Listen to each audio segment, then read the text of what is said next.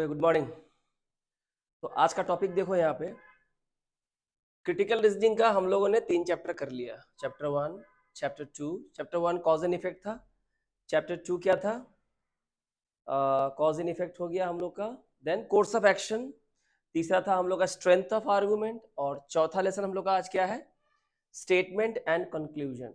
ठीक है, बहुत इंपॉर्टेंट है। स्टेटमेंट यानी आपको कुछ आर्गुमेंट, कुछ वाक्य दिए जाएंगे और आपको निष्कर्ष निकालना है जो स्टेटमेंट से बाहर निकलेगा। स्टेटमेंट के बाहर से नहीं निकलेगा, स्टेटमेंट में से निकलेगा। This chapter is very important from the point of view that in banking examination and other mains examination, ये चैप्टर जो है मेंस की परीक्षा में काफी आते हैं। तो ये 5 एक्सक्लूसिव चैप्टर है जिसमें से आज हम लोग 4th नंबर चैप्टर पढ़ने वाले हैं। बाकी तीनों आपके चैनल पे अवेलेबल है, जहां से आप लोग देख सकते हैं। तो बैंक हो, आईबीपीएस हो, एलआईसी हो या एसएससी हो, हर एग्जाम के लिए कॉमन है और बहुत ही इंपॉर्टेंट टॉपिक है। स्टार्ट करते हैं कि स्टेटमेंट और कंक्लूजन के क्वेश्चंस को हम एग्जाम में सॉल्व कैसे करेंगे। क्रिटिकल रीजनिंग है तो बहुत थिंकिंग एबिलिटी चाहिए, लॉजिक चाहिए। देखिए, सबसे पहले हम लोग देखते हैं इंट्रोडक्शन। इसका जो थ्योरी पार्ट है इसको आप लोग बहुत ध्यान से सुने कि आखिर ये है क्या। जब तक इसके बेस को नहीं समझोगे, इसके क्वेश्चन, यहां से आने वाले क्वेश्चन आंसर को सॉल्व करना मुश्किल है। देखिए, इसका जो डिक्शनरी मीनिंग है कि स्टेटमेंट एंड कंक्लूजन, तो जो डिक्शनरी मीनिंग है कंक्लूजन, कंक्लूजन को हम लोग हिंदी में क्या बोलते हैं? निष्कर्ष क्या निकला, ये जो कुछ भी हुआ इसका फल क्या निकला, ये जो कुछ भी हुआ इसका रिजल्ट क्या निकला, जो उस घटना से बाहर आए, बाहर से नहीं, उस घटना से ही बाहर आए। तो अगर हम डिक्शनरी मीनिंग देखें तो ये क्या है? एक प्रोपोजिशन है। कंक्लूड करते हैं, एक ऐसा प्रोपोजिशन, एक ऐसा निष्कर्ष जो आपको मिलता है। ठीक है, कहां से?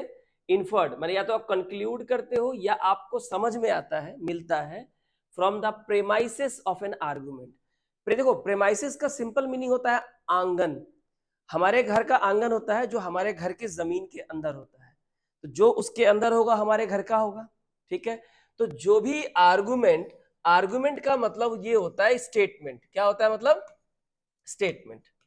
सही है, तो जो भी आपको स्टेटमेंट दिया है, मान लीजिए वो आपका घर है, वही आपका आंगन है। तो जो घर है, जो स्टेटमेंट है, उसे हमने घर बोला। उस घर का जो आंगन है, घर का जो आंगन है, जो कुछ भी वहां हो रहा है आपको वहीं से सब कुछ समझना है। उसके बाहर से आपको समझना बिल्कुल भी नहीं है। बाहर की चीजों को आप अंदर में नहीं डाल सकते। अगर कोई भी चीज स्टेटमेंट के प्रेमाइसेस से बाहर होगी, स्टेटमेंट के दायरे से बाहर होगी, आर्गुमेंट के दायरे से बाहर होगी, उसे हम कंक्लूजन नहीं कह सकते हैं, वो हम कंक्लूड नहीं कर सकते हैं। कंक्लूजन हमेशा कोई घटना घटती है, कोई बात होती है, कोई बहस होता है, कोई झड़प होती है, वहां से जो निष्कर्ष बाहर आता है, जो उस दायरे के अंदर है, उसे हम लोग क्या कहते हैं? कंक्लूजन कहते हैं। तो उसके दायरे के, आर्गुमेंट स्टेटमेंट के दायरे के अंदर होना चाहिए, उसके बाहर बिल्कुल भी नहीं। उसे ही प्रोपोजिशन या हम लोग निष्कर्ष कहते हैं कि भाई इतना कुछ हुआ, आप क्या समझे। तो जब आपसे पूछा जाएगा कि आप क्या समझे, तो जो मैंने सारी जो बात कही थी उसी से आपको समझना है, वहीं से आपको आंसर देना है।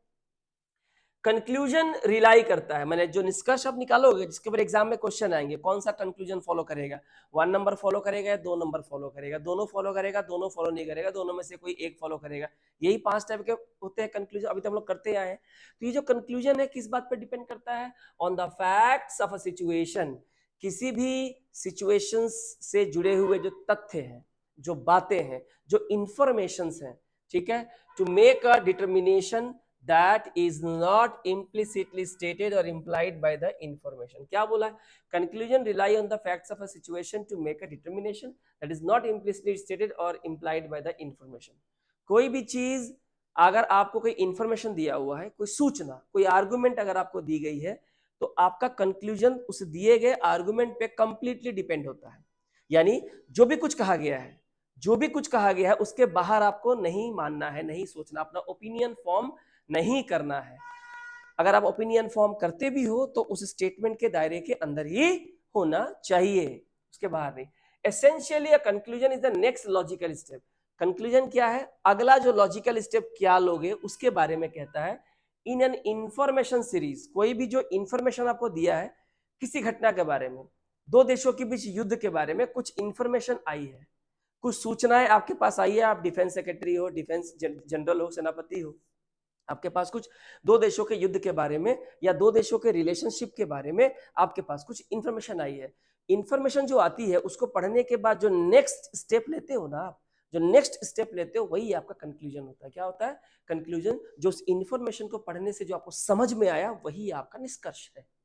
A statement requires two conditions to serve as a conclusion. Statement के दो शर्तें होती हैं जो कंक्लूजन की तरह काम करती हैं। टू कंडीशंस होते हैं जो स्टेटमेंट से बाहर आते हैं। पहला, it must be a logically derived statement from the available information. पहला तो ये है कि जो भी निष्कर्ष आप निकालते हो, जो भी आप समझते हो कि आपको क्या समझ में आया, इसका क्या परिणाम निकला, वो परिणाम हमेशा दिए गए स्टेटमेंट से ही बाहर आना चाहिए। लॉजिकली डिराइव्ड यानी तर्क शक्ति, लॉजिक देकर, सही तरीके से समझकर, और वो उसके आंगन से बाहर नहीं होना चाहिए। अगर आप लॉजिकली किसी भी निष्कर्ष को आपने बाहर निकाला है तो आपका क्या है कंक्लूजन है। स्टेटमेंट के बाहर नहीं होना चाहिए, आपका ओपिनियन नहीं चलेगा, ठीक है ना। Second, it must not be stated और inferred from the available information. Information दे दिया, आप कुछ भी बोल दिए, कुछ भी इंफॉर्मेशन आया, आप कुछ भी एज्यूम कर ले रहे हो, कुछ भी इन्फर मतलब मान ले रहे हो, वो कंक्लूजन नहीं हो सकता है। अच्छा, अभी देखो जो मैंने बोला, आपको मैं एक एग्जांपल देता हूं तो आपको बहुत अच्छे से क्लियर हो जाएगा। Now you have been provided with a very interesting sentence situation, and the situation is for instance मैंने मान लीजिए कि if you know that Kajol's current purse looks discoloured. आपको पता है कि काजोल के पास इस वक्त जो पर्स है वो डिस्कलर हो गया है, कलर फेड हो गया है, मालूम चल जाता है कलर फेड होने से। एंड ये आपको इंफॉर्मेशन दे रहा है। Let me clarify the thing very clearly that अभी जो आप पढ़ रहे हो ये आपको स्टेटमेंट है, आपको इंफॉर्मेशन प्रोवाइड कर रहा है, सीरीज ऑफ इंफॉर्मेशन आपको मिल रही है। पहला क्या है कि काजोल, आपको पता है, यू नो कि काजोल का अभी का जो पर्स है वो डिस्कलर हो गया है, कलर चला गया है, एंड डैमेज्ड, खराब हो गया है, मतलब डैमेज का मतलब फट गया, पुराना हो गया, नुकसान हो गया। And she has enough money two by a new purse, और उसके पास पर्याप्त पैसा है, अच्छा खासा पैसा है कि वो नया पर्स खरीद सकती है। एंड दैट, और ऐसा कि she is in the purse aisle of a store, वो एक ऐसे स्टोर पे है जहां पे लेडीज की पर्स बिक्री होती है। क्या होती है? लेडीज पर्स बिक्री होती है, वैसे दुकान में भी वो खड़ी है। तो इससे आप क्या कंक्लूजन निकालोगे, इससे आप क्या निष्कर्ष निकालोगे? That she will by a new purse. तो इससे एक ही कंक्लूजन निकलता है जो दिए गए प्रेमाइसिस के अंदर है कि हाँ पक्का वो नया पर्स खरीदेगी, और उसके नया पर्स खरीदेगी। इस कंक्लूजन पे आप कैसे पहुंचे? आपको इंफॉर्मेशन दिया गया था। पहला इंफॉर्मेशन क्या दिया गया था कि काजोल का नया पर्स डिस्कलर हो गया है। दूसरा इंफॉर्मेशन दिया गया था कि काजोल का जो पर्स है वो क्या हो गया है? डैमेज हो गया है, मैंने फट गया है। तीसरा कि उसके पास पैसे भी है पर्स खरीदने के लिए। और चौथा जो इंफॉर्मेशन आपको दिया गया था वो ये कि वो एक पर्स बिक्री करने वाले स्टोर में इस वक्त खड़ी है, अंदर में स्टोर में खड़ी है। इसका मतलब क्या है? आप क्या कंक्लूजन निकालोगे? अरे यार काजोल का तो पर्स पुराना हो गया है, कलर चला गया है, फट गया है, पैसे तो उसके पास है ही, और देखना स्टोर में भी खड़ी है, पक्का वो पर्स खरीदेगी। तो ये जो आप कंक्लूजन पे पहुंचे कि you can conclude that she will by a new purse, कि वो एक नया पर्स खरीदेगी, इसका जो प्रेमाइसिस था वो ये था, ये जो आपको दिया था ये था प्रेमाइसिस। तो जो भी आपको statement, a series of information, a series of event अगर आपको दिया हुआ है, कोई भी सूचना अगर आपको दी गई है, वहां से जो भी उसको पढ़ के ही जो आप लॉजिकली डिराइव करोगे वही आपका क्या होगा? कंक्लूजन। तो यहां से आपने क्या लॉजिकली डिराइव किया कि she will by a new purse, कि वो एक नया पर्स खरीदेगी। और कोई आपसे पूछेगा इसका कारण क्या है, तो कारण ये रहा, 3-3 4-4 इंफॉर्मेशन आपको दिया है, इसी से समझ में आ गया कि पक्का वो नया पर्स खरीदेगी, कि कोई डिस्कलर डैमेज बैग लेके तो नहीं घूमेगी। और ऐसा बात भी नहीं है कि उसके पास पैसे नहीं है। अगर बोलता कि हाँ उसके पास एनफ पैसे नहीं है और फिर भी वो स्टोर में खड़ी है, तो इसका मतलब ये है कि वो सिर्फ देखने के लिए गई है, खरीदने के लिए नहीं, क्योंकि इंफॉर्मेशन दिया हुआ है कि उसके पास एनफ पैसा नहीं है। ठीक है, तो समझ में आया ये बात? आगे देखो, तो इसके 4 स्टेप है। आप कंक्लूजन कैसे निकालोगे? इसके 4 स्टेप है। पहला है, सबसे पहले आप इंफॉर्मेशन करेक्ट कीजिए, जैसे कि आप दिया था काजोल का पर्स डिस्कलर हो गया, काजोल का पर्स डैमेज हो गया, काजोल के पास एनफ पैसा है खरीदने के लिए, काफी पैसा है पर्स खरीदने के लिए, और चौथा कि वो पर्स के स्टोर में भी खड़ी है। ये 4 इंफॉर्मेशन है। तो सबसे पहले क्या करना पड़ेगा, स्टेटमेंट में दिए गए इंफॉर्मेशन को आपको कलेक्ट करना है। जैसे ही आपका इंफॉर्मेशन कलेक्ट हो गया, माने आपको पता चल गया, सूचना मिल गई, आपको सब कुछ पता, जानकारी मिल गई आपको, ठीक है। तो दूसरा है कि जो इंफॉर्मेशन मिला है आपको उसको क्या करना है, आंकलन करना है। क्या करना है हमको, आकलन करना है, समझना है कि आखिर ये है क्या, आखिर ये क्या है क्या। तो इसे हम लोग क्या करना है, इंफॉर्मेशन को एवेल्युएट करना है कि भाई चलो ये इंफॉर्मेशन आया, इसका क्या मतलब है, अच्छा ये भी इंफॉर्मेशन है, इसका क्या मतलब है, तीसरी इंफॉर्मेशन ये है, इसका क्या मतलब है, तीनों में क्या, तीनों इंफॉर्मेशन में क्या रिलेशन है, ठीक है। आप एवेल्युएट कर लिए, एनालिसिस कर लिए, उसके बाद आप क्या करेंगे, आप लॉजिक का इस्तेमाल करेंगे, तर्क शक्ति का इस्तेमाल करेंगे, बुद्धि का इस्तेमाल करेंगे, चीजों को समझेंगे कि हम किस तरह के कंक्लूजन को निकाल सकते हैं, हम किस निष्कर्ष पे पहुंच सकते हैं। क्या वो लॉजिक इस्तेमाल करके आपको कुछ कंक्लूजन ड्रॉ करना है, क्या करना है, कुछ निष्कर्ष निकालना है, निष्कर्ष निकालना है। जैसे ही आपका निष्कर्ष निकल जाएगा, कंक्लूजन पे पहुंचोगे, लास्ट स्टेप होगा आपको एवेल्युएट करना है। जो लॉजिकल कंक्लूजन आपने डिराइव किया, जो निष्कर्ष आपने दिए गए इंफॉर्मेशन से समझा, उसको फिर आपको क्या करना है, आकलन करना है कि वो सही है कि नहीं। यानी जो निष्कर्ष आपने निकाला है कि काजोल एक नया पर्स खरीदेगी, यहां निकाला था, अब यहां पे इसको एवेल्युएट करना है कि काजोल एक पक्का नया पर्स खरीदेगी, ये कहां तक सही है। तो हमने देखा हाँ भाई बिल्कुल सही है, क्योंकि हमारे पास इंफॉर्मेशन क्या था कि काजोल का पर्स क्या हो गया था, डिस्कलर हो गया था। दूसरा क्या था, काजोल का पर्स क्या हो गया था, डैमेज हो गया था। तीसरा क्या था कि काजोल के पास पर्स खरीदने के लिए एनफ मनी है ना। और चौथा क्या कि वो एक स्टोर में खड़ी है, पर्स वाले स्टोर में खड़ी है। तो ये था कलेक्ट इंफॉर्मेशन।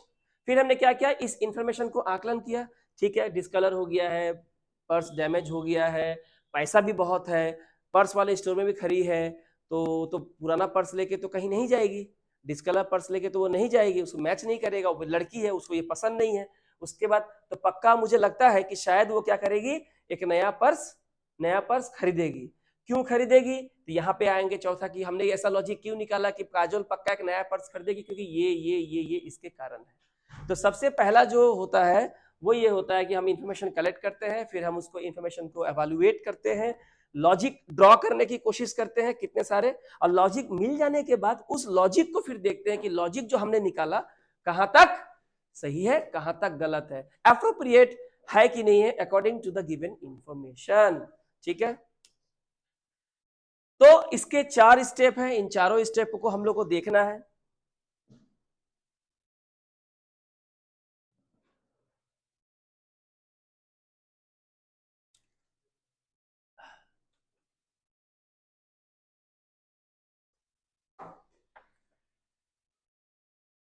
सबसे पहला स्टेप क्या है कंक्लूजन ड्रॉ करने समय, कि सबसे पहले हम क्या करेंगे, फैक्ट निकालेंगे। और फैक्ट निकालने का सबसे अच्छा तरीका ये होता है कि आपको पता है कि एग्जाम में आपको स्टेटमेंट दिया रहेगा और 2 कंक्लूजन दिया रहेगा। तो जो स्टेटमेंट दिया हुआ है, स्टेटमेंट में क्या होता है, कुछ बातें बोली जाती है, कुछ आपको इन्फॉर्मेशन दिया, जैसे काजोल का इन्फॉर्मेशन दिया गया था, वैसे कुछ इन्फॉर्मेशन आपको देगा। वो जो इन्फॉर्मेशन देगा उसको आप सवाल कीजिए, किससे, कि हु कौन है, कैसे है, व्हेन कब है, क्या है, कहां है।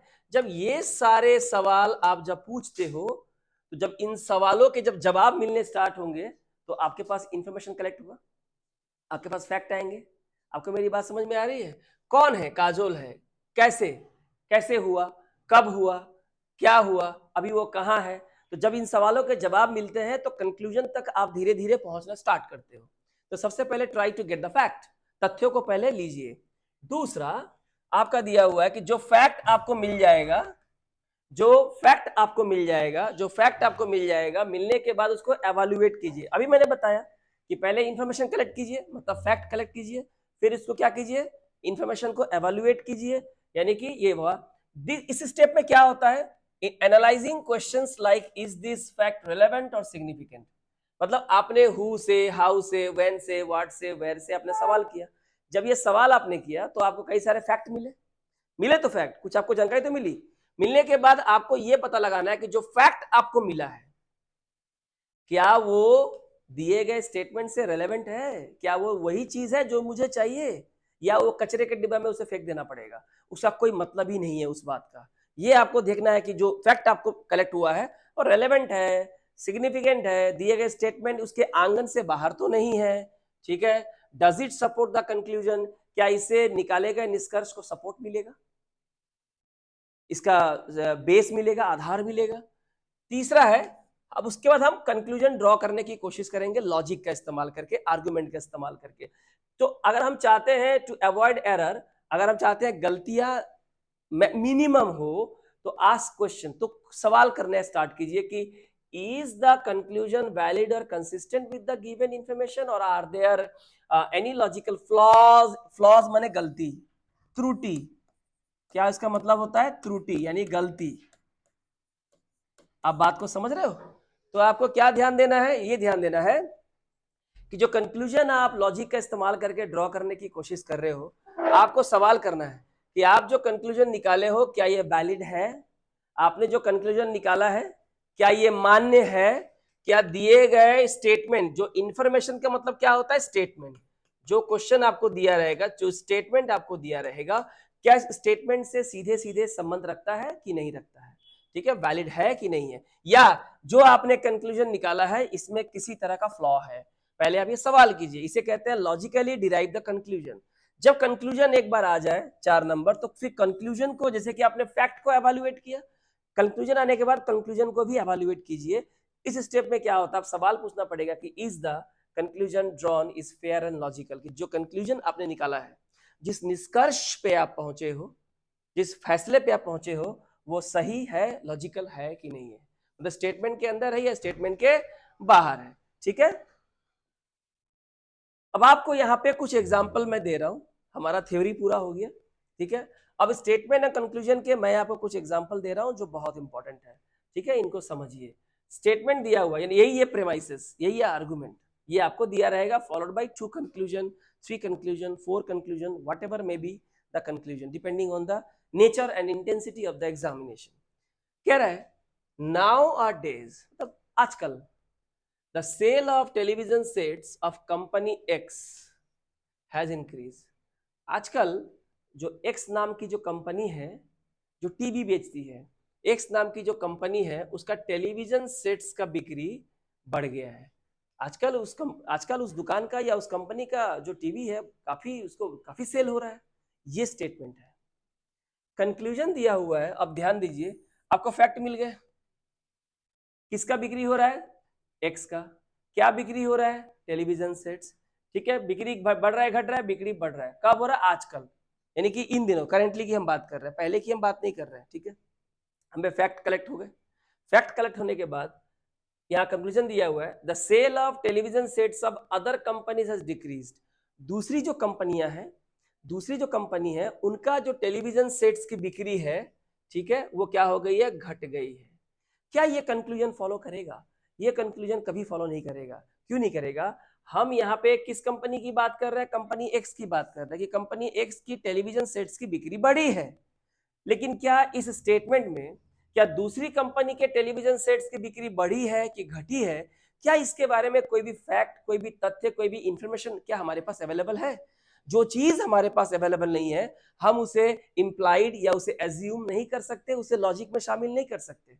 एक दुकान की बिक्री इसलिए नहीं बढ़ती है कि दूसरे दुकान की बिक्री घट जाती है, ऐसा नहीं होता है। और दूसरी कंपनी के बारे में तो कुछ बोला ही नहीं है, अगर दूसरी कंपनी के बारे में कुछ नहीं बोला है तो ये वाला कंक्लूजन कभी वैलिड नहीं होगा, ये कभी फॉलो नहीं करेगा, because we don't have any information regarding the sale of the television sets of other company because it is not mentioned in the statement. Now conclusion number 2, the sale of television sets of company X was nil in the past। कह रहा है company x का television sets का बिक्री अतीत में, past में zero था। मैंने अभी कहा कि ये टाइम क्या दिया हुआ है, इन दिनों टेलीविजन कंपनी एक्स के टेलीविजन सेट्स की बिक्री काफी बढ़ी है, लेकिन आपका पास्ट में इसका बिक्री क्या था, फ्यूचर में इसका बिक्री क्या होगा, क्या इसके बारे में कोई भी फैक्ट आपके पास यहाँ पे अवेलेबल है, नहीं है। तो आप ये कैसे एज्यूम कर लिए कि कंपनी एक्स का पास्ट में जीरो टीवी बिक्री हुआ था, क्या इसके बारे में कोई भी सूचना, कोई भी इंफॉर्मेशन क्या इस स्टेटमेंट में है। तो जो चीज फैक्ट में ही नहीं है, वो कंक्लूजन में कैसे आ सकता है जिसके बारे में कोई फैक्ट ही आपके पास नहीं है?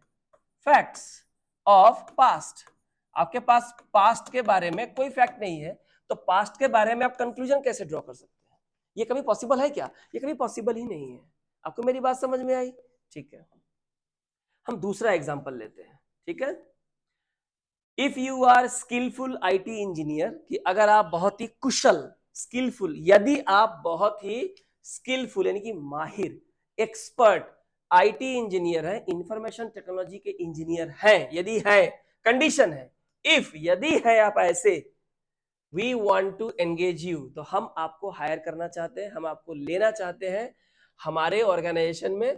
ठीक है, जो क्या है ये ऑर्गेनाइजेशन क्या है? An advertisement of company x.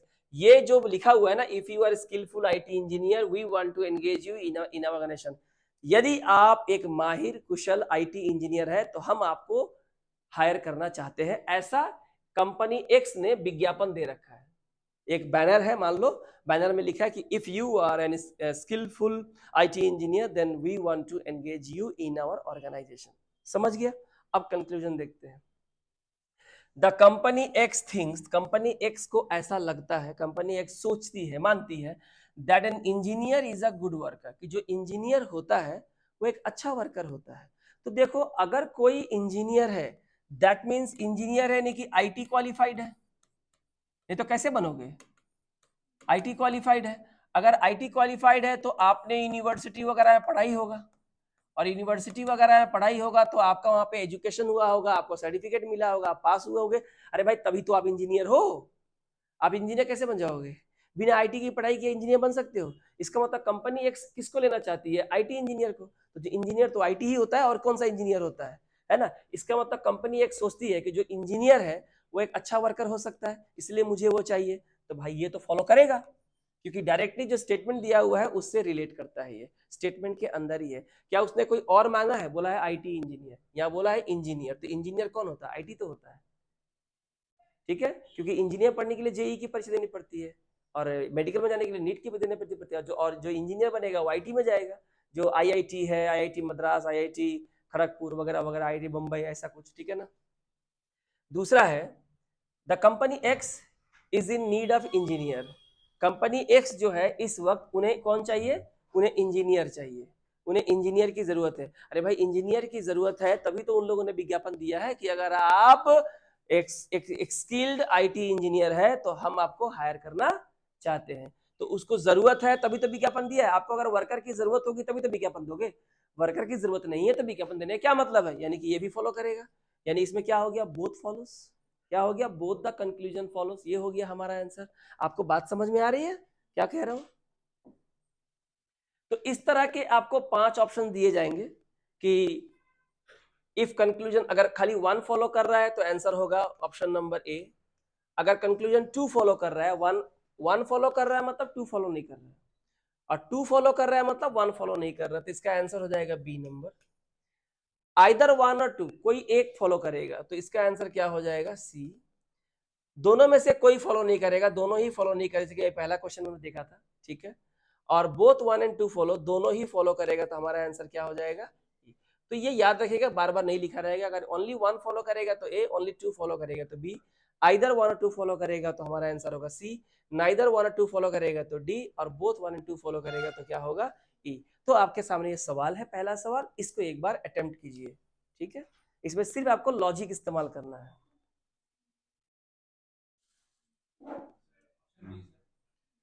आराम से करो, कोई टेंशन वाली बात नहीं है। आप आंसर निकाल के अपने पास रखिए, ठीक है, मुझे बताने की जरूरत नहीं है। तो 1 नंबर देखिए क्या है, आपको स्टेटमेंट दिया हुआ है कि Sonia score 94% marks in the examination. Sonia ने एक परीक्षा में 94% मार्क्स लिया है। किसने लिया है? तो सोनिया ने लिया है। कितना लिया है? तो 94। कहाँ लिया है? तो एग्जामिनेशन में लिया है। लेकिन उस एग्जाम में क्या किसी सोनिया के अलावा किसी दूसरे स्टूडेंट के मार्क्स की चर्चा है? नहीं है। Sonia top in a class, कैसे हो सकता है कि बोल रहा है सोनिया ने अपने क्लास में टॉप किया है? आप किसी को टॉप तब तक नहीं बोल सकते हैं जब तक आपके पास कम से कम 2 लोग ना हो। है ना। अगर आपके पास कंपैरिजन करने के लिए लोग ही नहीं है तो आप किसी एक को कैसे विजेता घोषित कर सकते हैं? क्योंकि क्लास में सोनिया के अलावा एग्जाम में सोनिया के अलावा किसी और ने भी तो एग्जाम दिया होगा, और उस क्लास में सोनिया के अलावा किसी और ने भी एग्जाम अगर दिया होगा तो उसके बारे में तो कोई इन्फॉर्मेशन है नहीं। जो इन्फॉर्मेशन हमारे पास नहीं है हम वहां से कोई लॉजिक डिराइव नहीं कर सकते, कंक्लूजन डिराइव नहीं कर सकते। तो ये पहला वाला जो है क्या हो जाएगा, इनवैलिड हो जाएगा। Sonia is a bright student, of course अगर आप 94% स्कोर कर रहे हैं तो 94% consider very good excellent marks. 94% आने वाले को ही तो क्या बोलते हैं, ब्राइट स्टूडेंट बोलते हैं, काफी अच्छा स्टूडेंट बोलते हैं। तो वरना किसको बोलेंगे हम लोग, 60% को तो नहीं बोलेंगे, 94% को ही तो ब्राइट स्टूडेंट बोलेंगे। इसका मतलब इसका आंसर क्या होगा, हमारा ऑप्शन नंबर बी, यानी conclusion only two follows. Am I clear or not कि कैसे करना नहीं करना है, तो ही आप सारे क्वेश्चन को सॉल्व कर पाओगे। ठीक है, अब दूसरा क्वेश्चन देखिए, आंसर अपने पास रखिए। इसका आंसर क्या होगा, आप कह रहे हो इसका आंसर डी होगा। कह रहा है फूड इन टोनीज, ये रेस्टोरेंट का नाम है, रेस्टोरेंट इज वेरी कॉस्टली। तो क्या कॉस्टली है, फूड कहाँ कॉस्टली है, टोनी के रेस्टोरेंट में। और क्या है ये, बहुत कॉस्टली। कह रहा है कि टोनी के रेस्टोरेंट में मिलने वाला खाना बहुत महंगा है। ठीक है, ऐसा बोला है, बहुत महंगा है, इतना ही तो बोला है। तो पहला बोला है the quality of their food is very good, कि वो जो खाना देते हैं उसकी क्वालिटी बहुत अच्छी है। कहाँ ऐसा बोला जाता है कि कॉस्ट का रिलेशन जो है, कॉस्ट का रिलेशन हम कैसे एस्टेब्लिश कर सकते हैं क्वालिटी के साथ, इज इट नेसेसरी? तब तो जहाँ पे खाना का दाम कम है वहाँ पे कोई नहीं जाएगा, क्योंकि पूरी दुनिया में ये बात एस्टेब्लिश हो गई कि जो खाना महंगा होता है वही खाना अच्छा होता है। तो कीमत का खाने की क्वालिटी से कोई लेना देना नहीं होता है। ठीक है, तो ये पहला वाला कभी फॉलो नहीं करेगा। The restaurant has a good ambience, तो रेस्टोरेंट में खाना जो मिलता है वो महंगा है। रेस्टोरेंट दिखने में कैसा है, क्या इसके बारे में कोई फैक्ट फाइंडिंग कुछ यहाँ पे है? तो ये प्रेमाइसिस के बाहर हो गया कि नहीं? जो घर का आंगन है उसके बाहर जाके आप कूद फांद रहे हो, अब घर के आंगन में ही कूदना फादना है जो भी करना है। तो ये जो है प्रेमाइसिस है उसके बाहर का फैक्ट है, ये कभी फॉलो नहीं करेगा। आपको समझ में आया? तो चूंकि नन फॉलो है इसलिए आंसर कौन होगा, हमारा डी होगा। अब आप 3 नंबर देखिए,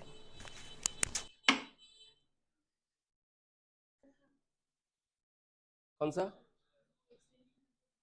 एक्सटेंसिव। काफी रिसोर्सेस अवेलेबल है जहां पे बहुत कुछ आप करने के लिए अनलिमिटेड रिसोर्सेस है, एक्सटेंसिव हो गया वो। एक होता है लिमिटेड, एक होता है unlimited. Reading makes a full man, पढ़ना, पढ़ना जो है एक व्यक्ति को पूर्ण बनाता है, कंप्लीट बनाता है। ये बात तो सही भी है, जितना किताब पढ़ोगे उतना ज्ञानी होगे। कॉन्फ्रेंस अ रेडी मैन, कॉन्फ्रेंस क्या करता है, एक व्यक्ति को तैयार करता है कि कॉन्फ्रेंस जाकर कैसे बोलोगे स्टेज पे, प्लेटफॉर्म पे। और जो राइटिंग है, लिखना, ये व्यक्ति को वही बनाता है जो बनना चाहता है, एग्जैक्ट बनाना चाहता है, क्योंकि आपको पता होता है कि आप अपनी भावनाओं को किन शब्दों में पिरो सकते हो, इसलिए आपकी राइटिंग स्किल अच्छी है। आप स्टेज पे जाके कॉन्फिडेंटली लोगों से इंटरेक्ट कर सकते हो, उनके सवालों के जवाब दे सकते हो। आपका बॉडी लैंग्वेज को देख के ऐसा लगता है कि आपके अंदर बहुत सारा कॉन्फिडेंस है, क्योंकि आप कॉन्फ्रेंस रेडी हो, आपने बहुत सारा कॉन्फ्रेंस किया है। ठीक है, जब आपसे कोई बात करता है तो आपकी बातों में ज्ञान झलकता है, विजडम झलकता है। कई सारी बातें आप ऐसे कहते हो जो जो लोग एक पैराग्राफ में बोलते हैं वो आपने एक सेंटेंस में खत्म कर दिया, क्योंकि आप रीडिंग करते हो, आप एक क्या है, फुल मैन हो, ऐसा सेंटेंस से बोला है। ठीक है, पॉइंटेड मतलब to the point, and precise एकदम सटीक। Expression comes only through extensive writing. हाँ, आप जितना ज्यादा लिखोगे, जितना वर्सटाइल और अलग अलग टॉपिक पे लिखोगे, उतना ही तो आप पॉइंटेड और प्रिसाइज होगे। तभी तो दो लोगों में काफी फर्क होता है, जिसकी राइटिंग स्किल अच्छी है, जिसने कभी राइटिंग ही नहीं किया, उसको लिखने के लिए बोलो तो लिख ही नहीं पाएगा एक लाइन, और लिखेगा भी तो उसके पैराग्राफ को पढ़ के ऐसा लगेगा कि किसी नौसिखिया या नोवाइस ने लिखा है। और वहीं एक आप आईएएस या आईपीएस की राइटिंग को ले लो, उसका इतना लिखा है, उसने लाइफ में इतना कुछ लिखा है और इतनी वैरायटी में लिखा है, ऐसे शब्दों का इस्तेमाल किया जो पढ़ के लगता है कि काफी हाई स्टैंडर्ड किसी अथॉरिटी ने इस पैराग्राफ को लिखा है, पढ़ के लग जाता है। तो ये बात तो बिल्कुल सही है कि जितना आपका एक्सटेंसिव राइटिंग होगा, जितना ज्यादा अलग अलग वैरायटी पे आप लिखना जानते हो, लिखना समझते हो, अलग अलग शब्दों शैली का इस्तेमाल करते हो, उतना ही आप टू द पॉइंट और उतना ही एग्जैक्ट बात करते हो आप, ताकि शॉर्ट एंड क्रिस्प, ताकि लोग पूरी बात समझे जो एक पैराग्राफ में समझते हैं, आपने एक लाइन में समझा दिया है कि नहीं। तो ये फॉलो करेगा बात, यही ये लिखा है ना, राइटिंग एन एग्जैक्ट मैन। तो अगर लिखने से कोई व्यक्ति एग्जैक्ट होता है तो एग्जैक्ट माने क्या होता है, to the point and precise. आपने एकदम वही लिखा है जो आपसे लिखने के लिए कहा गया, तो उसी को तो एग्जैक्ट बोलते हैं, तो इसके बाहर कहां है ना। दूसरा है extensive reading makes a complete man. यहां पे क्या दिया था, रीडिंग, तो सीधे सीधे इसी को उतार दिया है। रीडिंग करने से क्या होता है, फुल मैन बनता है, और यहाँ भी क्या दिया है, एक्सटेंसिव रीडिंग करने से क्या मिलता है, कंप्लीट मैन। एक्सटेंसिव का मतलब होता है बहुत सारी अवेलेबल जो किताबें हैं उनको पढ़ना। अब बात समझते हो, तो इससे इंसान क्या बनता है, पूर्ण बनता है, कंप्लीट बनता है। इसका मतलब क्या होगा, ई, यानी कि बोथ फॉलो।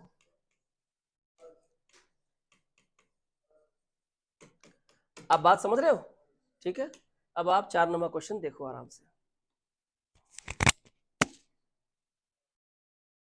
4 का क्या होगा, तो 4 नंबर का आप बोल रहे हो बी, यानी कि ओनली 2 फॉलोज, यही तो, ठीक है। जेड प्लांट, जेड का जो पौधा होता है, jade plant has thick leaves and it requires little water. कह रहा है जेड का जो पौधा होता है उसके पत्ते बहुत मोटे होते हैं, थिक होते हैं, और इसको क्या चाहिए होता है, कम पानी की जरूरत होती है। ऐसा जेड प्लांट के बारे में बोला है। लेकिन पहला वाला, all plants with thick leaves require little water, फिर वही बात सोनिया वाला बात हो गया। सोनिया 94% स्कोर किया है तो क्लास में टॉप किया, कैसे बोलेंगे, बाकी जो स्टूडेंट है उनके बारे में कोई इंफॉर्मेशन नहीं है हमारे पास। तो जेड प्लांट के थिक लीव होते हैं ऐसा बोला है, पर दूसरे पौधे जिनके मोटे पत्ते होते हैं उनको कम पानी चाहिए, ज्यादा पानी चाहिए, ऐसा तो कहीं मेंशन किया हुआ नहीं है, तो इसलिए ये फॉलो नहीं करे क्योंकि इसके प्रेमाइसिस के ये बाहर है। Number 2, jade plants may be grown in places where water is not in abundance. ये साइंटिफिक बात है कि जेड प्लांट ऐसे जगह पे पैदा होता है जहां पानी ज्यादा नहीं मिलता, तो आपको सरवाइव करने के लिए अडाप्ट करना पड़ता है। अगर आप अडाप्ट नहीं किए तो सरवाइव नहीं कर पाओगे, the rule of evolution, Darwin's theory. तो इसलिए जेड प्लांट के पत्ते मोटे होते हैं, इससे क्या होता है, इनको जहां पानी बहुत कम मिलता है ऐसे स्थानों पे भी आसानी से उग आ जाते हैं क्योंकि इनको कम पानी की जरूरत होती है, ठीक है। तो ये हम कंक्लूड कर सकते हैं बिल्कुल, क्योंकि साइंटिफिक फैक्ट है। जैसे कि जो रेगिस्तान में उगने वाला कैक्टस, मोटे मोटे ये होते हैं और काफी गुदेदार होते हैं क्योंकि कम पानी में भी उनका गुजारा चल जाता है, ठीक है। तो ये फॉलो करेगा, यानी आंसर क्या होगा, बी। 5 नंबर देखिए आप, क्या होगा, मॉडर्न मैन, यानी आज का जो मनुष्य है, अभी का जो मनुष्य है, जो मॉडर्न टाइम में रहता है, इन्फ्लुएंसेस, प्रभावित करता है अपने लक्ष्य को, हिज डेस्टिनी, अपनी मंजिल को प्रभावित करता है by the choice he makes. वो जो चॉइस करता है, जो वो चुनाव करता है अपने जीवन में, मॉडर्न मैन उसी से अपनी मंजिल को फिक्स करता है, प्रभावित करता है कि उसका मंजिल क्या होगा। यानी आज जो आप चॉइस करोगे आपका आने वाला समय भी वैसा ही होगा। अनलाइक इन द पास्ट, इसका मतलब होता है पास्ट की तरह नहीं, अतीत की तरह नहीं। तो इस स्टेटमेंट को पढ़ के क्या लगता है कि जो मॉडर्न मैन है इसके पास चॉइस करने की क्षमता है, इसके पास आज चुनाव करने की क्षमता है, और लाइक का उल्टा होता है अनलाइक, माने अतीत की तरह नहीं। अतीत की तरह नहीं कहने का मतलब है, इस स्टेटमेंट का ठीक उल्टा है कि पास्ट में जो लोग थे उनके पास ज्यादा ऑप्शंस नहीं थे, उनके पास अपनी मंजिल को ठीक करने का ऑप्शन जो अवेलेबल है उसी के साथ उनको आगे बढ़ना होगा, यही तो इसका मतलब है। तो यहाँ पे 1 नंबर बोला है कि अर्लियर, यानी कि पहले, पास्ट में, there were fewer options available to man. बिल्कुल सही बात है कि इंसान के पास अपनी मंजिल को फिक्स करने के लिए बहुत ही कम रास्ते होते थे, बहुत कम चुनाव होता था, कम विकल्प होते थे। तो यहाँ लिखा हुआ है, तो अनलाइक इन द पास्ट, क्योंकि मॉडर्न मैन के पास अपनी डेस्टिनी को निर्धारित करने के लिए चॉइस है, पास्ट में नहीं था, यानी पास्ट में बहुत मिनिमम था, लिमिटेड था, यानी 1 नंबर फॉलो करेगा। 2 नंबर देखते हैं, there was no desire in the past to influence the destiny. Past में हमारे पास मौके कम थे, विकल्प कम थे कि हम अपनी मंजिल डिसाइड करें, लेकिन इसका मतलब ये तो नहीं था कि हमारी इच्छा नहीं थी।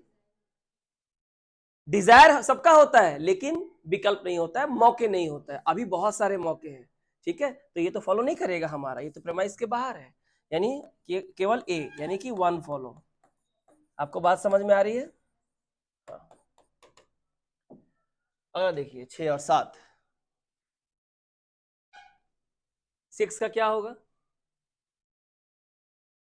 कह रहा है the distance of 900 kilometre by road, कह रहा है जो 900 किलोमीटर की जो दूरी है रोड से, बॉम्बे और जाफरा के बीच जो 900 किलोमीटर की जो रोड के जो डिस्टेंस है, ये 280 किलोमीटर हो जाएगा अगर हम समुद्र के रास्ते से जाएंगे तो, यानी ये शॉर्ट हो जाएगा, बहुत शॉर्ट हो जाएगा। This will lead to a saving of ₹7.92 crore per annum on fuel. ऐसा करने से, यानी कि अगर हम 900 किलोमीटर रोड से जो जा रहे हैं बॉम्बे और जाफरा के बीच, अगर हम समुद्र का रास्ता लेते हैं तो हमारा 280 किलोमीटर में पूरा हो जाएगा, और इससे साल में फ्यूल पे, ईंधन पे जो हमारा खर्चा है वो 7.92 करोड़ हर साल मेरा सेविंग होगा, क्योंकि डिस्टेंस कम हो गया, बहुत ज्यादा डिस्टेंस कम हो गया, लगभग 700 किलोमीटर कम हो गया डिस्टेंस, ऐसा बोला है।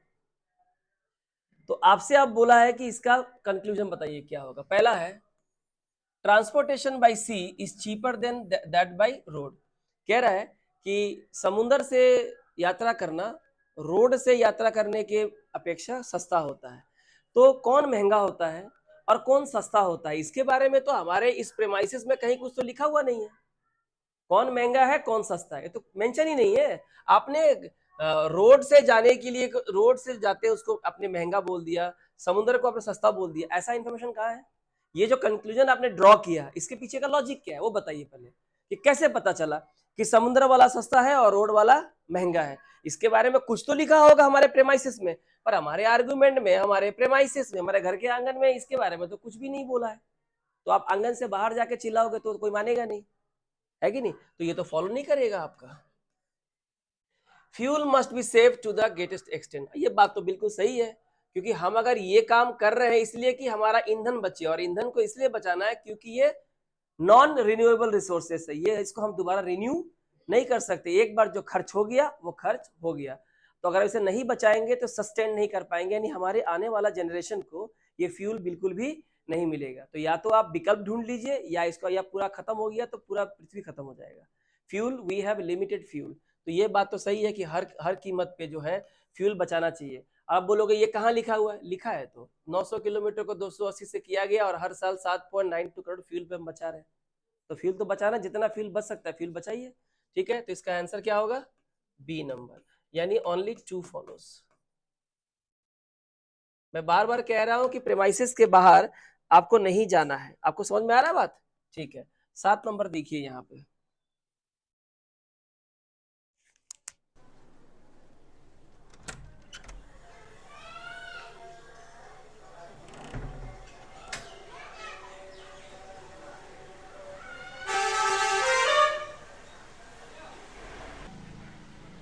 हेलो, बोल। हाँ, तो अभी कही गणेश पूजा और कैसे खाई था तुम ना?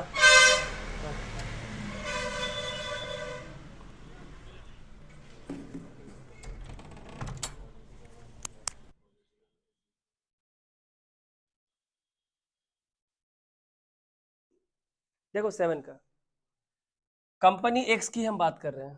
पहली बात, जब क्वेश्चन पूछ रहे हैं कौन, तो आंसर आ रहा है company x has marketed the product, मतलब प्रोडक्ट को बाजार में लाने के लिए एडवर्टीजमेंट वगैरह उसको मार्केटेड किया, मार्केटिंग किया उसका, इसके बारे में लोगों को बताया। मार्केटिंग मैंने बताया क्या मार्केटिंग किया, बोलता है गो अहेड, आगे आगे आइए, परचेज इट, ठीक है, खरीदिए, if price and quality are your consideration, कि अगर कीमत और क्वालिटी ये दो चीज अगर आपके लिए मायने रखती है तो आगे आइए और इसे खरीदिए, ऐसा लिखा है। अब समझ गए?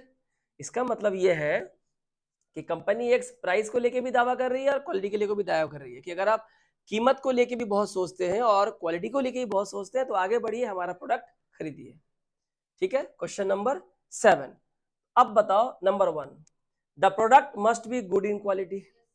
अगर प्रोडक्ट की क्वालिटी अगर अच्छी नहीं है तो ये मेंशन करता है यहाँ पे, तो ये तो सीधे सीधे प्रेमाइसिस से वो भी विज्ञापन डाला है उसने, इसका मतलब ये फॉलो करेगा।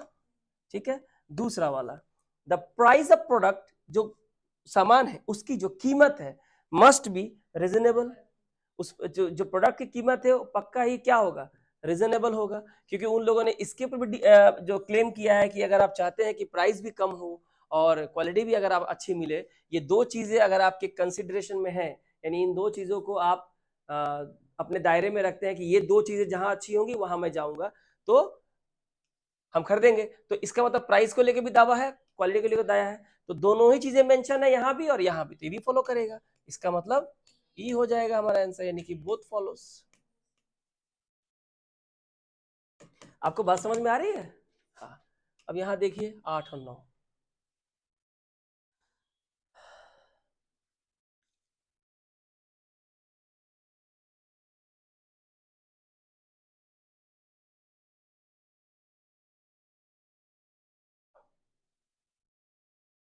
गुड वॉइस, अच्छी आवाज इज अ नेचुरल गिफ्ट होती है, कह रहा है अच्छी आवाज अगर किसी की है तो प्रकृति की देन है, but one has to keep practising. लेकिन अच्छी आवाज अगर आप भगवान की अगर देन है तो एक व्यक्ति को प्रैक्टिसिंग करते रहना होगा टू इम्प्रूव एंड एक्सेल, ताकि वो इम्प्रूव कर सके, बेहतर कर सके, एक्सेल कर सके well in the field of music.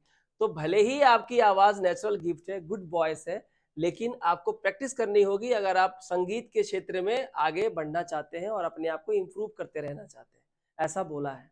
ठीक है, क्वेश्चन नंबर 8, तो इसका क्या होगा?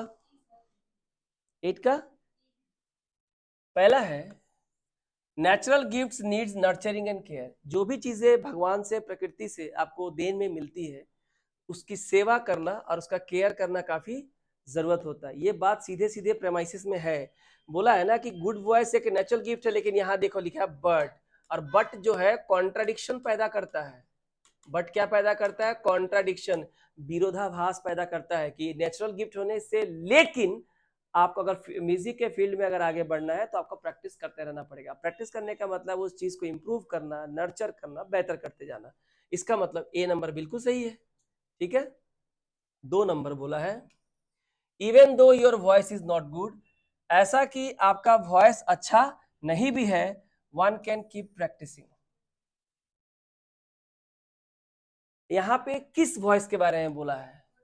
गुड वॉइस के बारे में बोला है। जिसका गुड वॉइस नहीं है उसके बारे में तो कुछ भी मेंशन नहीं है। हम बात कर रहे हैं गुड वॉइस जो कि एक नेचुरल गिफ्ट है। जिसका वॉइस ही गुड नहीं है उसके बारे में तो इंफॉर्मेशन नहीं है, तो उसके बारे में चर्चा फिर किस बात का? इसका आंसर क्या होगा? ए नंबर। आप फिर से धोखा खा रहे हो, धोखा नहीं खाना है, ठीक है ना।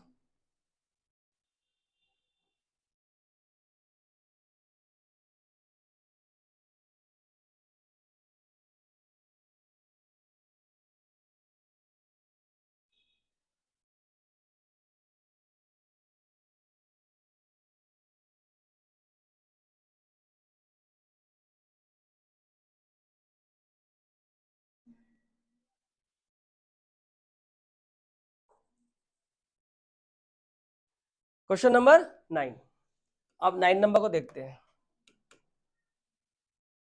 अ मैन मस्ट बी वाइज, एकदम मस्ट बोला है, मस्ट यानी कंपलसरी। मस्ट का तो यही मतलब होता है ना, कंपलसरी है। A man must be wise to be a good wrangler, good wranglers are talkative and boring. अब देखो रैंगलर कौन होता है? जो अस्तबल में घोड़ों का देखभाल करता है।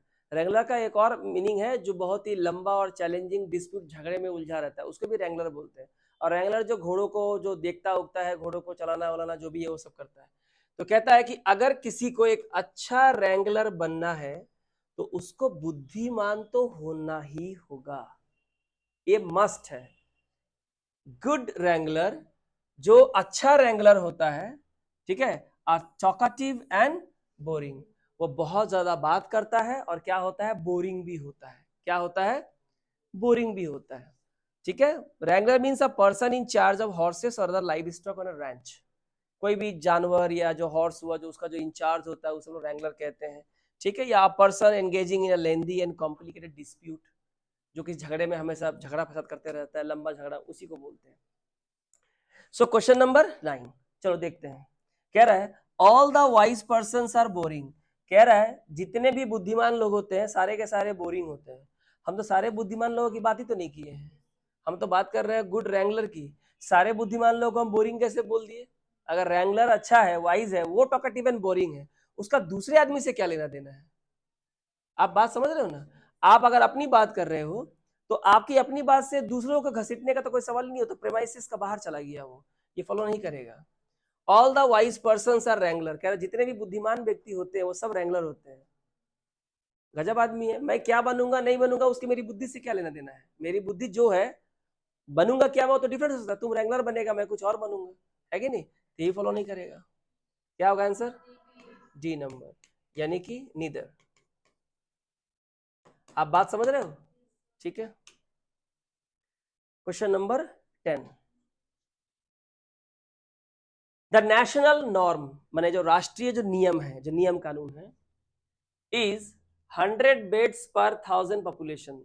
हर 1000 जनसंख्या पे कम से कितने बेड्स होने चाहिए? 100, ऐसा राष्ट्रीय नियम है। बट लेकिन अब देखो यहां पे कॉन्ट्राडिक्शन पैदा हो गया फिर से। वैसा नियम है बोला है, लेकिन इन दिस स्टेट, इस राज्य में, इट इज 150 बेड्स पर 1000, कि यहाँ पे 150 बेड हर 1000 लोगों पे है। राष्ट्रीय नियम है कि 100 बेड होने चाहिए हर 1000 पॉपुलेशन पे। जहां पे पॉपुलेशन 1000 है, 1000 आदमी है, वहां पे 100, 2000 होंगे तो 200, इस तरह से। पर इस स्टेट में जो है हर 1000 पे 150 बेड है, मैंने 50 ज्यादा है, ऐसा ही इंफॉर्मेशन में है। आपको बात समझ में आई? तो बोला है our national norm is appropriate.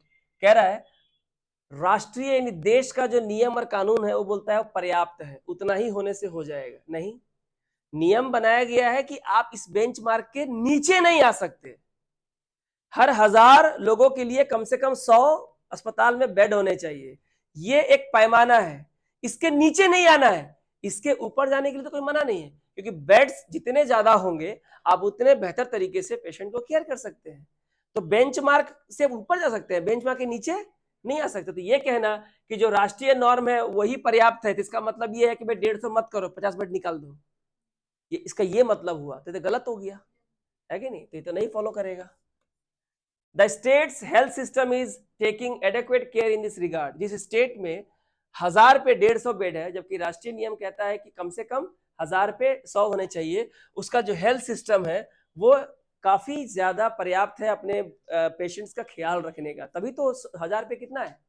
150 है कि नहीं? इसका मतलब ये सही है, और सही है इसी से मालूम चलता है ना, हर 1000 पे 150 बेड, जबकि देश में कितना, देश के हिसाब जो नियम है वो 100 होने चाहिए, उसने 50 ज्यादा रखा है कि नहीं? बेहतर हेल्थ सिस्टम है उसका। इसका आंसर क्या होगा? बी नंबर होगा, यानी कि ट्रू फॉलोस। आपको मेरी बात समझ में आ रही है? अब 11 नंबर देखिए आप।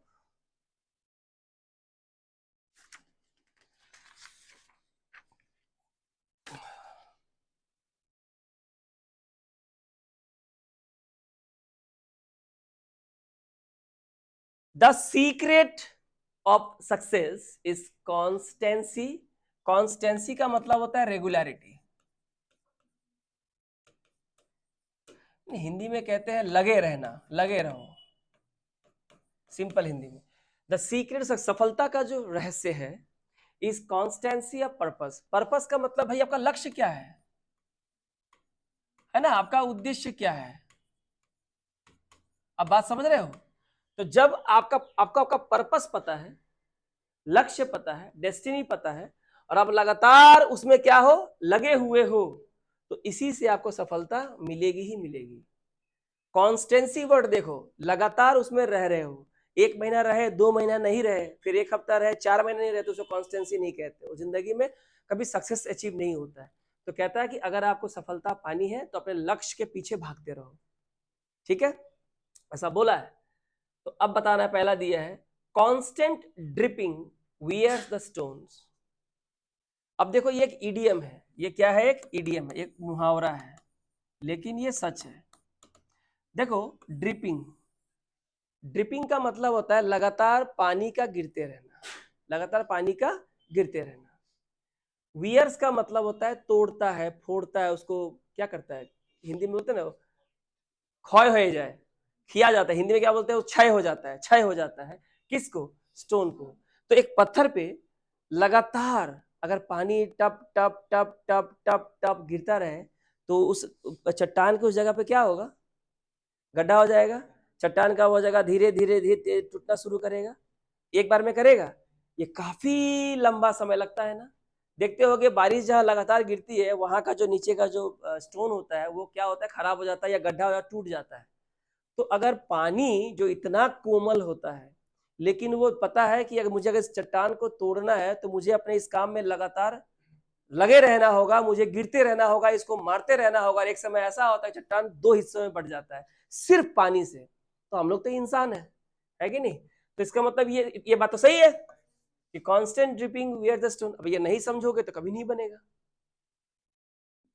Single minded devotion is necessary for achieving success, जो मैं हमेशा आप लोगों को अलग अलग तरीके से समझाता हूं, है ना।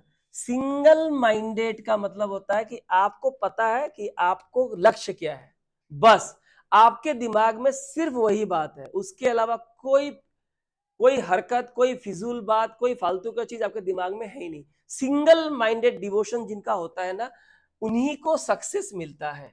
ये बात बिल्कुल सच है, नेचुरल बात है एकदम। और जिसका डबल माइंडेड है, ट्रिपल माइंडेड है, फोर माइंडेड है, ठीक है, तो मतलब वो चारों जगह जाना चाहता है, ईस्ट में, वेस्ट में, नॉर्थ में, साउथ में, कॉर्नर में, तो उसको कभी नहीं मिलेगा, उसका डिवोशन ही नहीं हुआ। फिर तो डिवोशन बोलते हैं यानी तपस्या हो गया एक तरह से, आपने अपने आप को पूरा लगा दिया है किसी अपने लक्ष्य में, आपको उस लक्ष्य के अलावा कुछ नहीं दिखता है।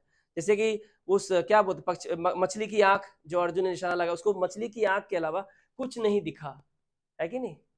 तो इसका आंसर क्या होगा, ई नंबर। आपको समझ में आया बात, ठीक है, तो ये बोथ फॉलो हो जाएगा।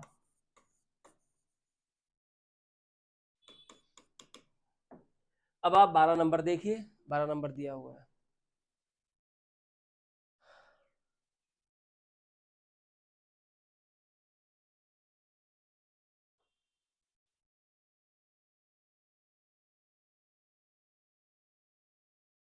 The percentage of the national income, हमारी जो राष्ट्रीय आय है, जो देश की जो आय है, राष्ट्रीय इनकम जो है, shared by top 10% of house hold in India is 35।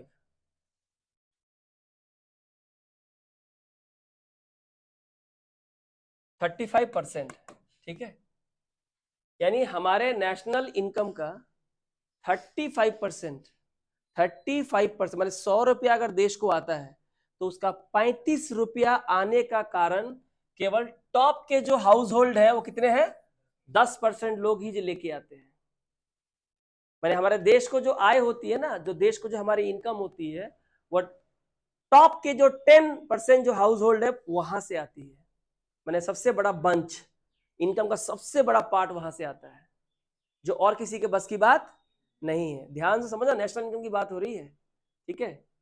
तो पहला बोला है, और अब ध्यान से समझिएगा इस बात को, when an economy grows fast, जब एक अर्थव्यवस्था तेजी से बढ़ती है, कंसेंट्रेशन ऑफ वेल्थ, देखो वेल्थ का कंसेंट्रेशन का मतलब ये होता है कि कुछ ही लोगों के हाथों में पूंजी जमा होके इकट्ठा होके आ गया है।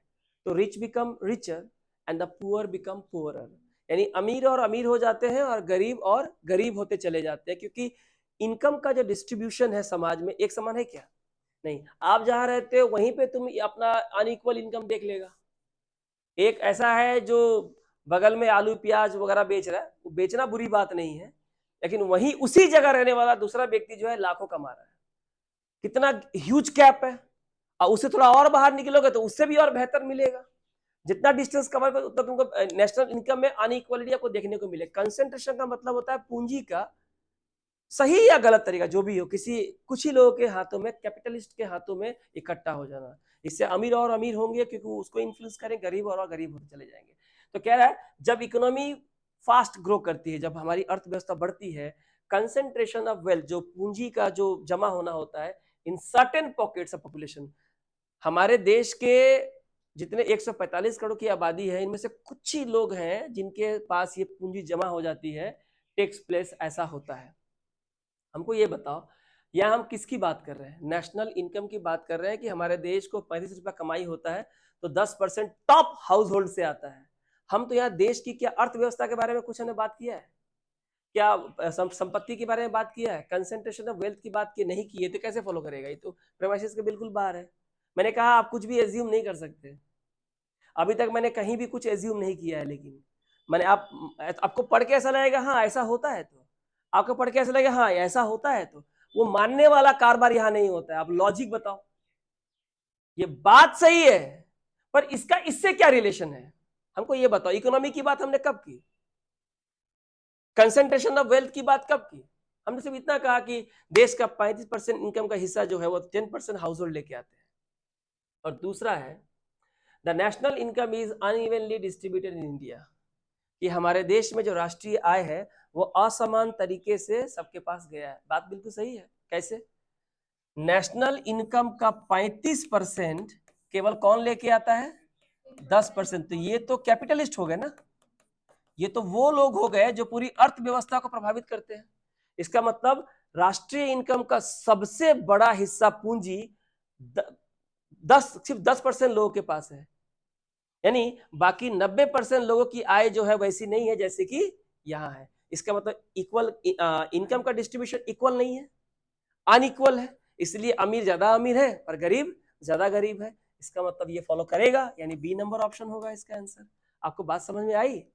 ये मॉडरेट और डिफिकल्ट लेवल का सवाल है, जो इसमें क्या होता है, इसे फैक्ट्स वगैरह दिए जाते हैं जो आपको कंफ्यूज करेंगे, लेकिन आपको प्रेमाइसिस के बाहर आके ज्यादा ढिंढोरा नहीं पीटना, ढोल नहीं बजाना। मैंने पहले कहा, शुरू में जब मैंने क्लास स्टार्ट किया तो मैंने पूरा थ्योरी समझाया आपको कि घर के आंगन के बाहर मत चिल्लाना, जो चिल्लाना है घर के अंदर।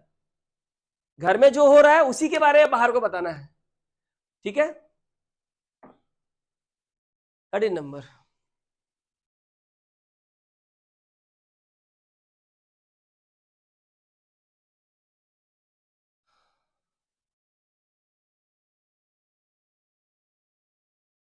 द प्राइम मिनिस्टर एम्फेटिकली, जोर देते हुए, स्टेटेड, काफी जोर देते हुए कहा है, ठीक है? इसका मतलब होता है जोर देकर कहना, मतलब इंपॉर्टेंस देते हुए कहना। The prime minister emphatically stated that his government, की उनकी सरकार, will make every possible effort, हर वो संभव, जो संभव है लेकिन हर वो संभव प्रयास करेगी, फॉर द अपलिफ्टमेंट, माने विकास, of poor farmers and farmlands, गरीब किसान और किसानों की जमीन को बेहतर करने के लिए, इंप्रूव करने के लिए, विकसित करने के लिए हर संभव प्रयास करेगी, ऐसा प्राइम मिनिस्टर ने कहा है। आप घर का आंगन समझ लिए? किसने कहा है? किसके बारे में कहा है? फार्मर्स के बारे में और फार्मलैंड्स के बारे में। क्या कहा है? कि हर पॉसिबल एफर्ट करेंगे उनके क्या के लिए? विकास के लिए। यही तो बोला है, तो समझ में आ गया। अब इस आंगन के बाहर नहीं जाना है आपको। 1 number, except poor farmers and farmland all other have got benefits of fruits of development, कि जब इसका विकास होगा तो किसानों और फार्मलैंड को सबको इसका लाभ मिलेगा। हम यहाँ किसकी बात कर रहे हैं? फार्मर्स की, फार्मलैंड्स की। पर इसका दूसरों पे क्या असर पड़ेगा कहीं भी लिखा है क्या? तो कैसे फॉलो करेगा? फॉलो करेगा क्या?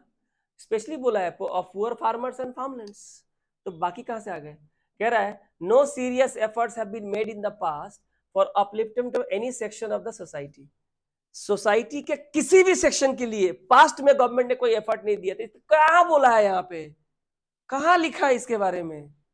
एक सिंपल स्टेटमेंट है कि प्रधानमंत्री हर वो संभव प्रयास करेगी कि हमारे देश के जो गरीब किसान हैं और उनकी जमीनें हैं उसको अपलिफ्ट करने के लिए, बेहतर करने के लिए हर संभव प्रयास देगी।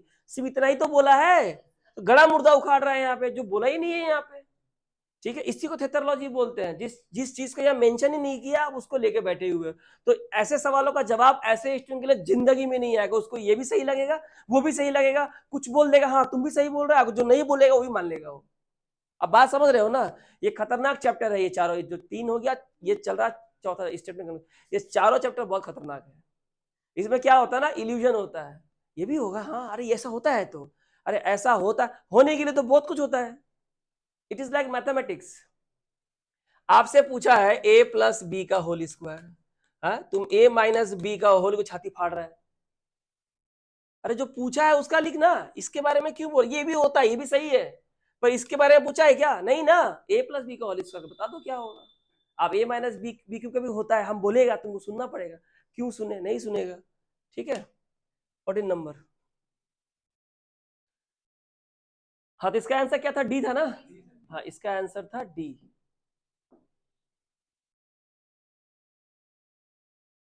The cabinet of state x का, कोई स्टेट है एक्स, उसका जो कैबिनेट है, जो मंत्रिमंडल है, टुक सर्टेन स्टेप्स, कुछ कदम उठाया, to tackle means control the milk glut in the state, माने स्टेट में जरूरत से ज्यादा जो मिल्क का प्रोडक्शन हो रहा है, इसको कंट्रोल करने के लिए कुछ कदम उठाया है, क्योंकि the cooperative and the government dairy, cooperative जो डेयरी है, जो कोऑपरेटिव सोसाइटी होती है ना, जो डेयरी का काम करती है, फिर गवर्नमेंट एजेंसी भी होती है जो डेयरी का मिल्क का काम करती है, जैसे अमूल क्या है, कोऑपरेटिव है, गवर्नमेंट का भी है। तो क्योंकि जो कोऑपरेटिव और गवर्नमेंट डेयरी है, ये असफल हुए हैं to use the available milk, कि जो दूध उपलब्ध है, जो दूध उपलब्ध है उसको इस्तेमाल करने में वो क्या हुए हैं, असफल हुए हैं। इसलिए स्टेट एक्स की कैबिनेट ने ये जो मिल्क ग्लट, यानी जितना जरूरत है उससे अधिक जो दूध का प्रोडक्शन हो रहा है, इस पे कंट्रोल करने के लिए, इसको संभालने के लिए जो है कुछ कदम उठाइए, क्योंकि देश की कोऑपरेटिव और गवर्नमेंट जो डेयरी फार्म है, जो प्रोड्यूस्ड मिल्क है, इसको यूज करने में असफल हुई है, ऐसा न्यूज रिपोर्ट में दिया है। आपको बात समझ में आई? तो पहला दिया है the milk production of state x is more than it's need, ये तो लिखा ही हुआ है, तो मिल्क ग्लट शुरू में लिख दिया है, तो अब ये, अब एग्जाम में अगर ग्लट नहीं समझे तो खत्म कहानी। अब वहां तो कोई बताएगा नहीं ग्लट माने क्या होता है, यानी सिर्फ एक वर्ड तुम्हारा करियर बिगाड़ देगा। ग्लट का मीनिंग नहीं पता, खत्म, क्योंकि समझ में नहीं आएगा तुमको। इसका मतलब स्टेट एक्स में तो ऐसे क्वेश्चन को सॉल्व करने से अच्छा है कि आप स्किप कर दो, क्योंकि जो मेन वर्ड है उसी का मीनिंग नहीं पता है, तो तुम यहाँ तुक्का ही लगाएगा और कुछ नहीं करेगा। इसका मतलब स्टेट एक्स में दूध का प्रोडक्शन आवश्यकता से अधिक है, तभी तो लिखा है मिल्क ग्लट, डायरेक्टली दिया हुआ है, प्रेमाइसेस के अंदर ही है। और दूसरा, the government and cooperative dairy, the cooperative and government dairy, the government and cooperative dairy in state X are not equipped in terms of resources and technology to handle such excess milk. जब किसी state में अगर दूध जरूरत से ज्यादा produce हो रहा है, आप इसको तभी हैंडल नहीं कर पाओगे जब आपके पास इंफ्रास्ट्रक्चर ना हो, प्रॉपर टेक्नोलॉजी, स्टोरेज फैसिलिटी अगर आपके पास ना हो, तो ही आप इसको हैंडल नहीं कर पाओगे। तो लिखा ही हुआ है, तो ये fail to use the available resources, तो क्या होगा इसका आंसर, ई, यानी कि बोथ फॉलोज। डिफिकल्ट लेवल का सवाल बोल सकते हैं, क्योंकि यहाँ एक वर्ड के चलते ये पूरा क्वेश्चन डिफिकल्ट लेवल में घुस जाता है, इसलिए वोकैब बहुत जरूरी है, ठीक है। इसे देखिए, the manager humiliated Sachin, humiliate का मतलब होता है अपमान करना, ठीक है। The manager humiliated Sachin in the presence of his colleagues, जिनके साथ आप काम करते हो ना, सहकर्मचारी, सहकर्मी, उसके सामने मैनेजर ने सचिन का अपमान किया। सिर्फ इतना ही बोला है, लेकिन ठीक है, कहाँ किया, क्यों किया, क्या कारण था, कुछ बोला है नहीं। पहला है the manager did not like Sachin, कहाँ लिखा है, बोलता है मैनेजर सचिन को पसंद नहीं करता है, तो अब मैं तुमको पसंद नहीं करता हूं तो मैं तुमको बेइज्जती कर दूंगा, गजब का हाल है भाई, ये किसे कैसे किस तरह का लॉजिक है, ठीक है। तो ये फॉलो करेगा नहीं। Sachin was not popular with his colleagues, बोल रहा है कि सचिन अपने कलीग में पॉपुलर नहीं है, इसलिए उसको बेइज्जती कर दो, ठीक है। तो फॉलो करेगा नहीं करेगा, तो क्या आंसर होगा, डी नंबर। तो आंसर क्या होगा हमारा, नन फॉलोस। आपको बात समझ में आ रही है मेरी, ठीक है। ये था आपका आज का statement and conclusion critical reasoning का क्रिटिकल पार्ट, चैप्टर नंबर 4 आज कंप्लीट हो गया, ठीक है। तो आई होप आपको पूरा मैटर समझ में आया। 15 क्वेश्चन लिए हैं, इजी, मॉडरेट, डिफिकल्ट, सारे क्वेश्चन इसके अंदर शामिल है। क्लियर? So thank you.